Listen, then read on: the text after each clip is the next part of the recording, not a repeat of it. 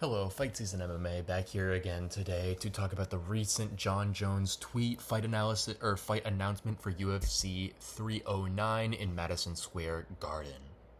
Okay, just announced by Jon Jones in a recently deleted tweet.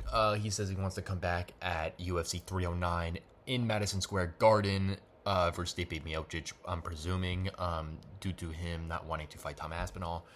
This fight, I don't think anyone's looking for within the UFC community. I think we all want to see Jon Jones fight Tom Aspinall. I think that's truly the fight that would define Jon Jones' legacy more than Stipe Miocic.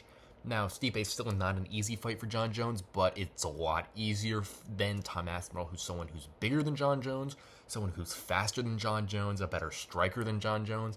Now, Jones is a better, more experienced grappler. His fight IQ is the best we've ever seen inside the octagon, so I do think that would help Jon Jones a lot, but Tom Aspinall does have the ability to be able to beat Jon Jones, and I think Jon Jones understands that and is trying to avoid him so he does not have to go into that fight. But going to the fight at UFC 309, I don't know. I don't want to see that fight at all. I really want the winner of Dustin Poirier versus Islam Makhachev to headline UFC 309 at Madison Square Garden. I know that's what Islam was targeting, since he does not want to fight in Abu Dhabi this year, and he would rather fight in New York City at Madison Square Garden, which truly I think Islam would be an incredible star to headline that card, presumably versus Arman Sarukian.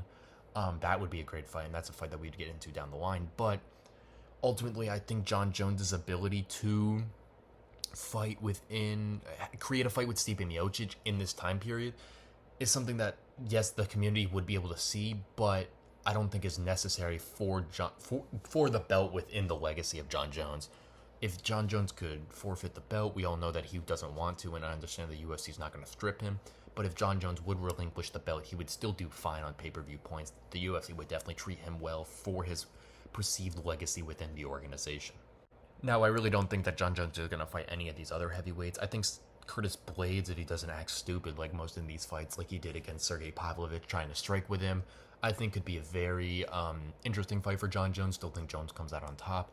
Like I was saying before in Tom Aspinall, I really do think Tom Aspinall beats Jon Jones in that standpoint.